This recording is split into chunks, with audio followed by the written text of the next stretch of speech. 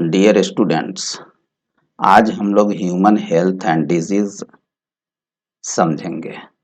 मानव स्वास्थ्य और डिजीज यानी रोग, इसको हम लोग समझने की कोशिश करते हैं। सबसे पहले हम लोग हेल्थ को डिफाइन करते हैं। आप लिख लीजिए, health is defined as the state of being free from illness and injury. अगर हमारे बॉडी के अंदर किसी भी तरह के इलनेस और इंजरी नहीं है, हम हमारे शरीर के अंदर अगर किसी भी तरह के इलनेस और इंजरी वाली स्थिति पैदा नहीं हुई है, तो हम समझते हैं कि हम हेल्दी हैं, और यही हेल्थ का डेफिनेशन है।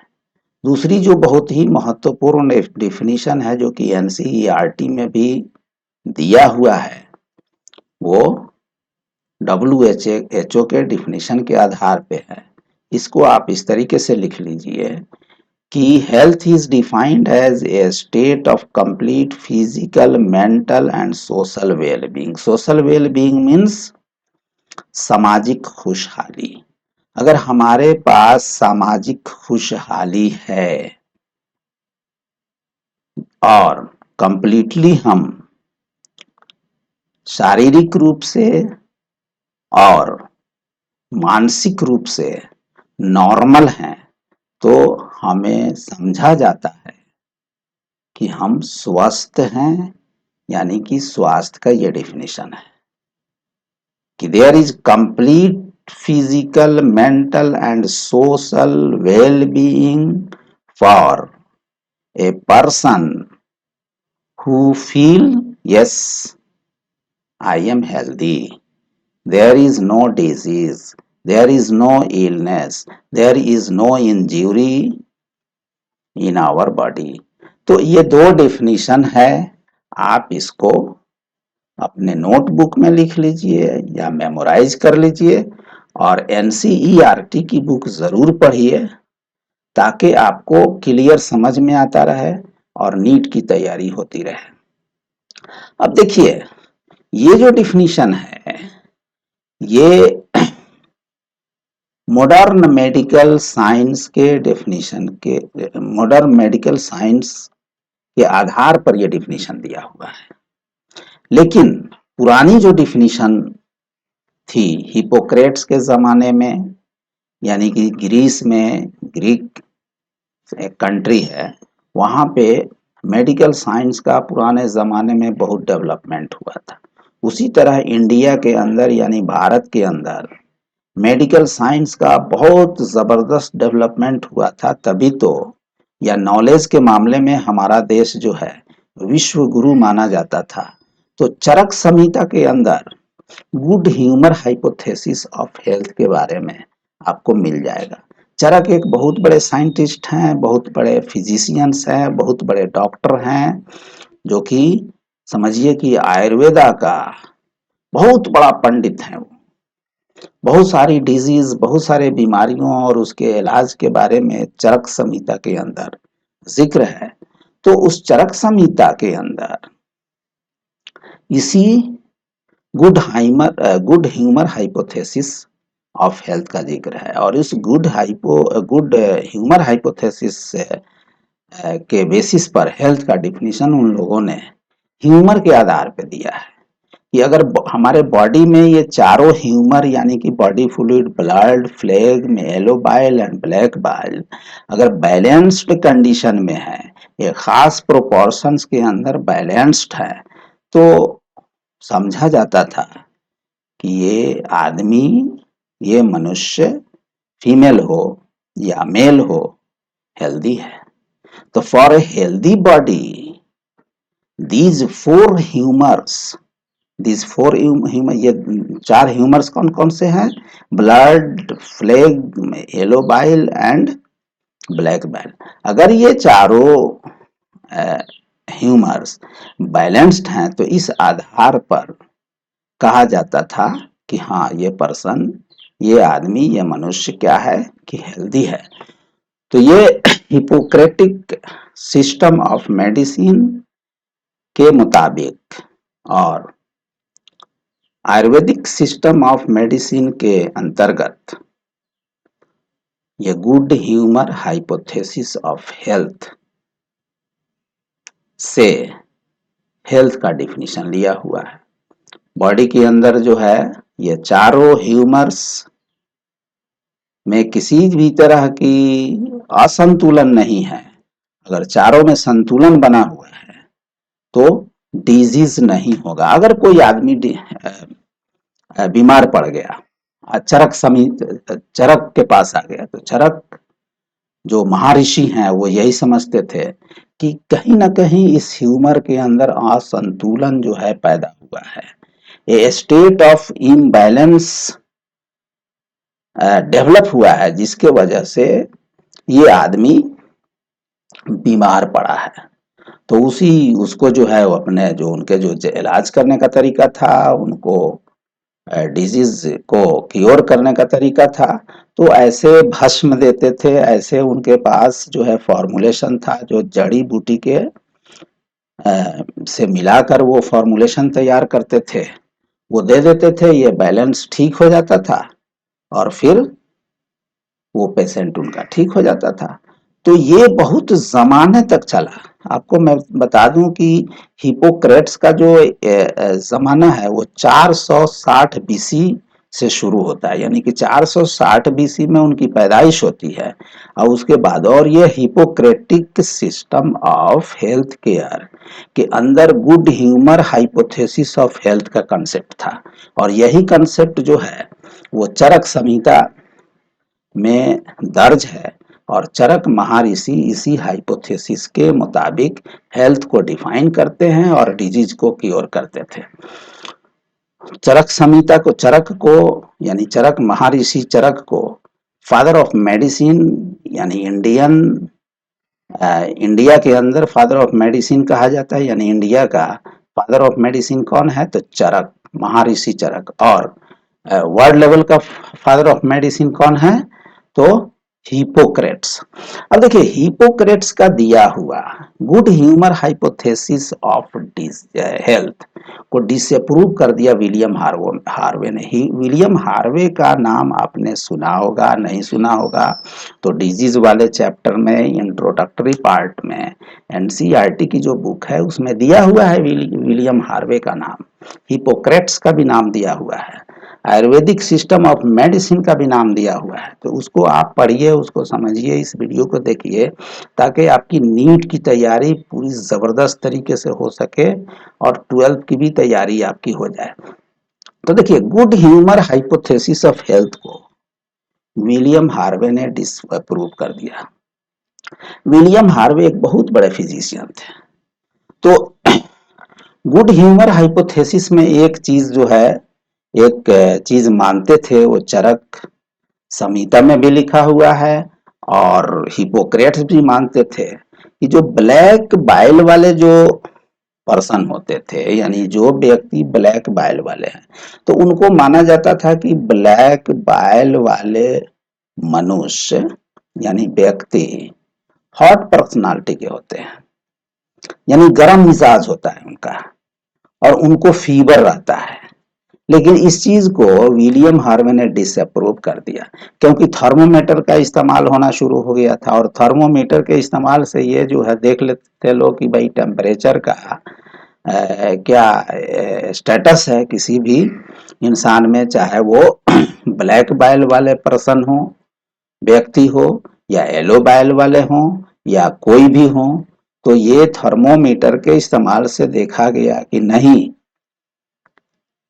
जब टेम्परेचर का एनालिसिस किया गया तो देखा गया कि एक नॉर्मल टेम्परेचर जिसको फीवर नहीं है उसमें एक नॉर्मल टेम्परेचर फिक्स किया गया कि अगर इतना टेम्परेचर है, जो आज हम समझते हैं कि 98.4 डिग्री फ़ारेनहाइट यानी 37 डिग्री सेल्सियस, ये जो है फिजियोलॉजिकल टेम्परेचर है।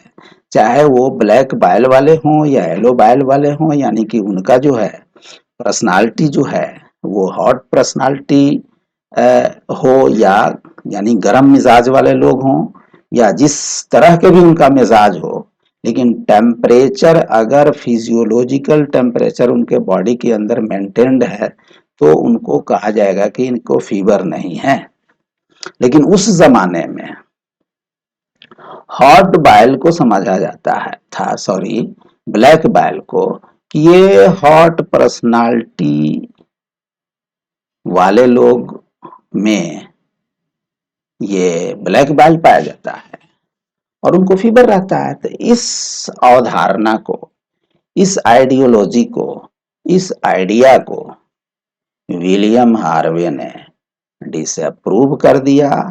विलियम हार्वे एक बहुत बड़े फिजिशियन हैं, विलियम हार्वे एक बहुत बड़े डॉक्टर हैं, विलियम हार्वे एक बहुत अच्छे सर्जन भी हैं। उन्होंने ब्लड वास्कुलर सिस्टम यानी ब्लड सर्कुलेशन और कार्डियोलॉजी के अंदर बहुत जबरदस्त उनकी पकड़ थी। उन्होंने ब्लड सर्कुलेशन के जो नियमावली है, जो उसके फिजियोलॉजी है ब्लड सर्कुलेशन का, उसको उन्होंने एस्टैब्लिश किया। हार्ट के फंक्शन को, ब्लड के सर्कुलेशन की जो फिजियोलॉजी है उसको एस्टैब्लिश किया और यहाँ से मॉडर्न साइंस यानी कि मॉडर्न मेडिकल साइंस डेवलप होना शुरू हुआ। तो मॉडर्न मेडिकल साइंस के हिसाब से हेल्थ का डेफिनेशन भी चेंज हो गया, जो ऊपर सबसे पहले हमने बताया था। और हेल्थ जो है मेंटेन होता है, बैलेंस्ड रहते हैं। किस तरीके से? तो हमारे इम्यून सिस्टम, न्यूरोनल सिस्टम और एंडोक्राइन सिस्टम्स के बहुत बड़ा कंट्रीब्यूशन है। ये तीनों सिस्टम अगर बैलेंस्ड हैं, बहुत अच्छे तरीके से काम कर रहे हैं, तो फिर हमको डिजीज नहीं होगा, हमारा हेल्थ जो है मेंटेन रहेगा और बैलेंस्ड कंडीशन में रहेगा। डिजीज से हम ग्रसित नहीं होंगे। इम्यून सिस्टम को हम बहुत डिटेल में पढ़ेंगे अलग अलग वीडियोज के अंदर। Neuronal system and endocrine system हम लोग 12th-11th क्लास में पढ़ चुके हैं। इसकी वीडियो अगर हमारे इस चैनल पे अवेलेबल नहीं है तो मैं आने वाले दिनों में neuronal system and endocrine system को एक एक कंपोनेंट को बहुत डिटेल में हम समझा देंगे। चलिए अब आगे बढ़ते हैं। ये जो एंशियंट डेफिनेशन था वो तो डिसअप्रूव कर दिया विलियम हार्वे ने। अब देखिए हेल्थ का डेफिनेशन आप समझ गए। अब हम समझते हैं कि डिजीज क्या है, डिजीज किसे कहते हैं। तो डिजीज आप यूं समझिए कि अगर हमारे शरीर के अंदर ऐसी अवस्था पैदा होती है जिससे हम जो है वेल बीइंग महसूस नहीं करते हैं, हम जो है अनकंफर्टेबल महसूस करते हैं, हमें कंफर्टेबल महसूस नहीं हो रहा है, यानी कि कोई डिसऑर्डर एस्टेब्लिश हो गया है, किसी तरह का इन्फेक्शन हो गया है, किसी तरह की एबनॉर्मेलिटी डेवलप हो गई है जो हेल्थ के लिए जरूरी था, जो स्टेट यानी जो अवस्था जो है मेंटेन था वो डिस्टर्ब हो चुका है, तो ऐसी स्थिति में हम कहते हैं कि हमें कोई बीमारी हो गई है। तो बीमारी यानी डिजीज का डिफिनीशन कैसे देंगे कि any disorder in body function is called disease. यानी हमारा बॉडी का जो फंक्शन है, हमारे बॉडी के अंदर जो फिजियोलॉजी एंड मेटाबॉलिज्म चल रहा है, फिजियोलॉजिकल एंड मेटाबॉलिक एक्टिविटीज हमारा बॉडी जो है नॉर्मली परफॉर्म कर रहा है। तो मेटाबॉलिक एक्टिविटी यानी कि फंक्शन यानी फिजियोलॉजी और मेटाबॉलिज्म में किसी तरह का भी एबनॉर्मेलिटी डेवलप होती है तो फिर इंसान को डिजीज हो जाता है। तो इसलिए डिजीज का डिफिनीशन हम कैसे देते हैं कि any disorder in body function is called disease. देखिए सिंपल सा एग्जांपल ले लीजिए। जैसे देखिए ये मरीज जो है, मरीज कोई और नहीं है, मैं खुद ही हूँ।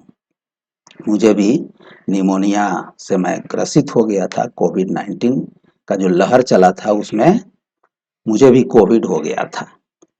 तो क्या होता है कि सांस बहुत तेज चलने लगती है, खांसी होता है, ड्राई कफ होता है और कई तरह के और भी सिम्टम्स होते हैं। कोविड का अलग से वीडियो जब मैं बनाऊंगा तो उसमें डिटेल में बताऊंगा। आपको किसी को भी हमेशा जैसे सर्दी खांसी बुखार हो जाता है तो उसमें देखते हैं किस तरह की फिजियोलॉजिकल एबनॉर्मलिटीज उसमें डेवलप हो जाती है। आदमी का जो नॉर्मल फंक्शन है वो एबनॉर्मल हो जाता है। उसको भूख नहीं लगेगी, ठीक से खाएगा नहीं। कई बार जो है जैसे मान लिया कि कोई बीमारी ऐसी, उसका पेट का जो डाइजेस्टिव सिस्टम है, हमारे बॉडी का डाइजेस्टिव सिस्टम है, वो ठीक से काम नहीं करेगा, ठीक से खाना नहीं पचेगा। यानी कि कई तरह के एबनॉर्मेलिटीज डेवलप होती है, कई तरह के डिसऑर्डर जो है उसके अंदर एस्टेब्लिश होता है, जिसके वजह से इंसान बीमार पड़ता है। तो देखिए डिजीज को हम कैसे डिफाइन करेंगे कि any disorder, any discomfort developed in our body function is known as disease. The disease is equal to any discomfort, any disorder in our body which can negatively or adversely affect the function of our body. Then this condition is known as disease.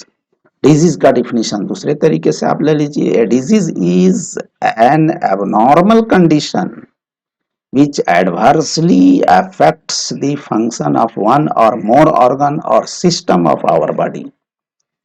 हमारे body का कोई एक organ या एक से अधिक organ, यानी अंग, ऑर्गन कहते हैं अंग को, या कोई एक सिस्टम या एक से अधिक सिस्टम अगर अफेक्टेड हो जाता है, जिसके वजह से हमारे बॉडी का जो फंक्शन है यानी फिजियोलॉजी है वो डिस्टर्ब हो जाता है, तो हम कहते हैं कि हम बीमार पड़ गए। और उस बीमारी की हालत में बहुत सारे साइंस एंड सिम्टम्स डेवलप होते हैं, अपीयर होते हैं, जिससे उस बीमारी को डायग्नोज किया जाता है, वो बीमारी पकड़े जाते हैं डॉक्टर के जरिए। तो डिजीज का ये डेफिनेशन हुआ। दो डेफिनेशन आप लिख लीजिए, any disorder in body function is known as disease. A disease is an abnormal condition which adversely affects the function यानी the physiology and metabolism of one or more organ or system of our body. A disease is often associated with the appearance of various signs and symptoms.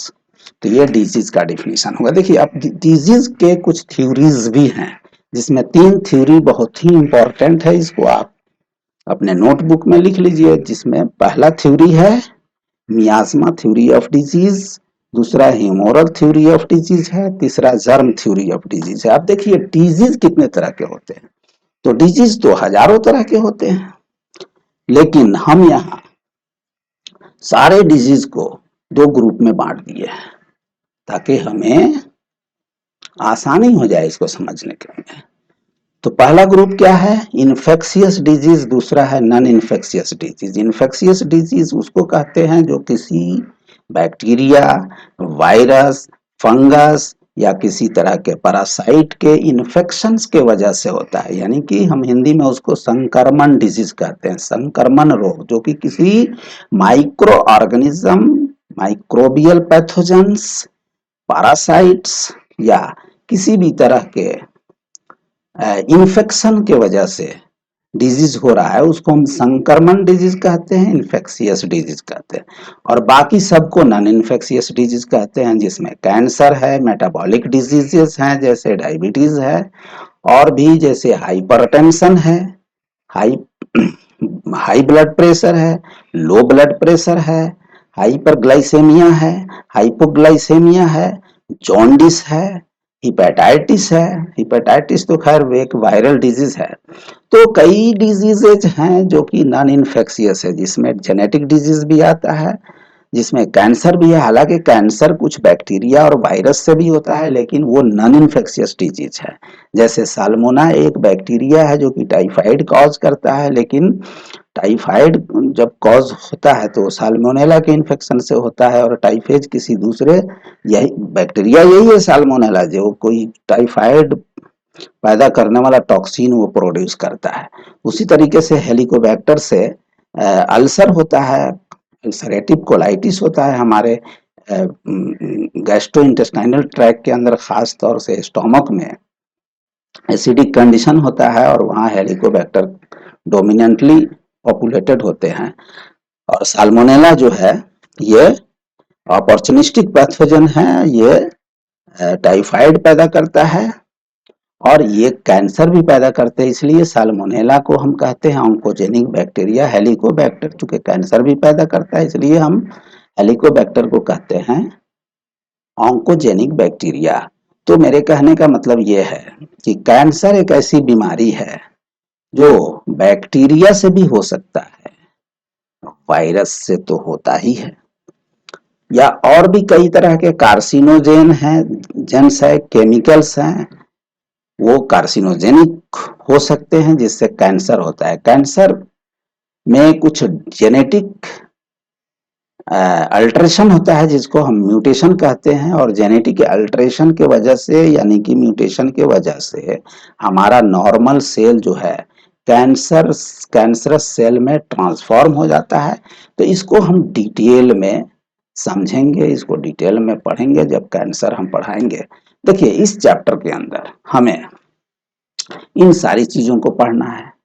Common diseases in human, जितने भी common diseases हैं जो NCERT में noted है या जो noted नहीं है जैसे कोविड-19 है, उसको हम डिटेल में पढ़ेंगे ताकि एनसीईआरटी के बाहर से अगर कोई क्वेश्चन पूछा जाता है नीट के एग्जाम में तो आपको किसी तरह की कोई प्रॉब्लम ना हो। फिर हम इम्यून सिस्टम को डिटेल में पढ़ेंगे, एचआईवी एड्स को डिटेल में पढ़ेंगे, कैंसर तो पढ़ेंगे ही, और उसके बाद ड्रग्स एंड अल्कोहल अब्यूज यानी कि दवाइयाँ और उस अल्कोहल के दुष्परिणाम। तो इसको हम बहुत ही डिटेल में पढ़ने वाले हैं इस चैप्टर। ये चैप्टर बहुत ही इम्पोर्टेंट है, इसको आप ठीक से पढ़िए, इसको एनसीईआरटी की बुक को आप फॉलो कीजिए, उसको पढ़िए, इस वीडियो को देखिए, आपकी नीट की तैयारी बहुत अच्छे ढंग से हो जाएगी। Thanks for watching this video.